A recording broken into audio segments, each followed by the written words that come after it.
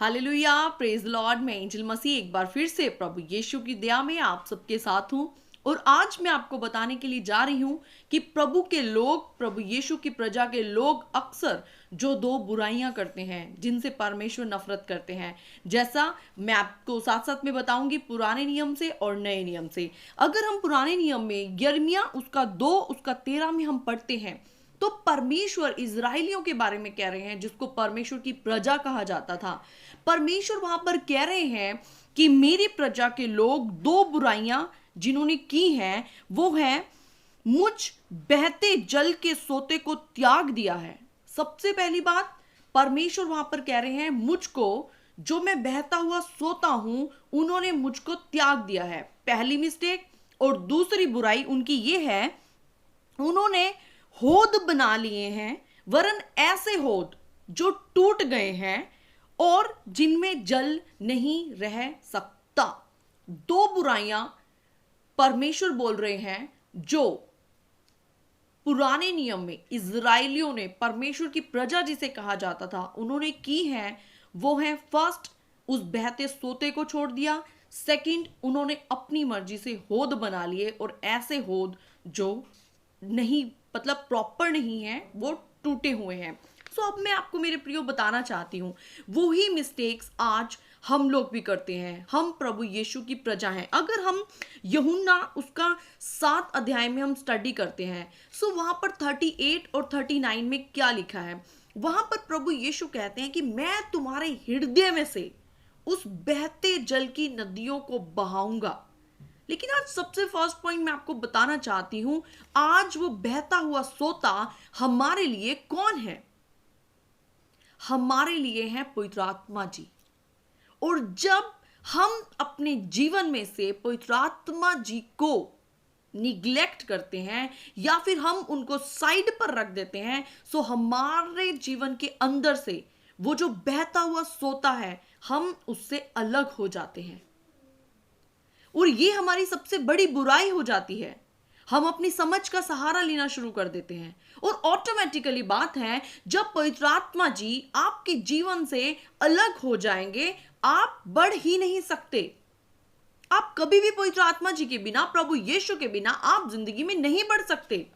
और दूसरी गलती हम क्या करते हैं, हम अपनी आशीषों को सीमित सा समझकर हम सोचते हैं ये सब चीजें हमने की है, हमने अपनी ताकत से किया है, हमने अपने बल से किया है।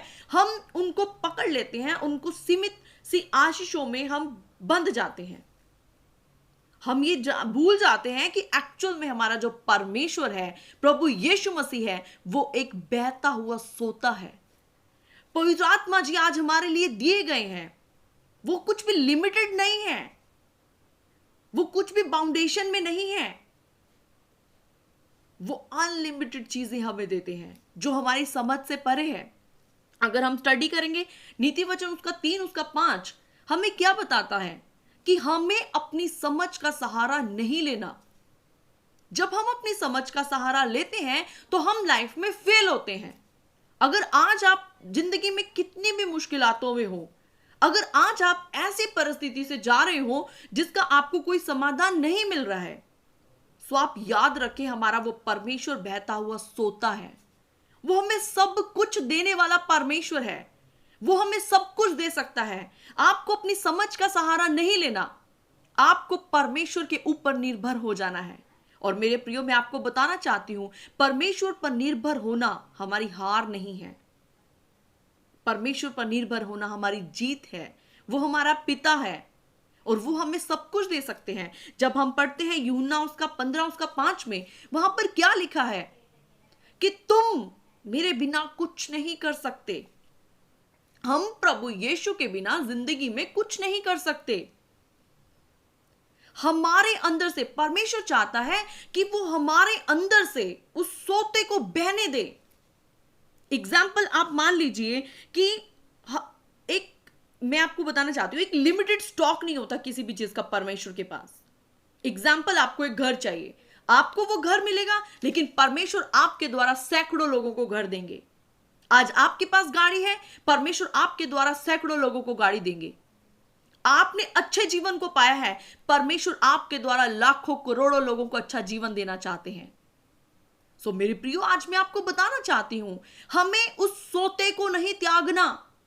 हमें अपनी समझ से अपनी सिचुएशंस को ठीक करने की कोशिश नहीं करनी। हमें छोटी सी आशीषों में सीमित नहीं होना, क्योंकि वो परमेश्वर चाहते हैं कि आपके अंदर से वो बहे।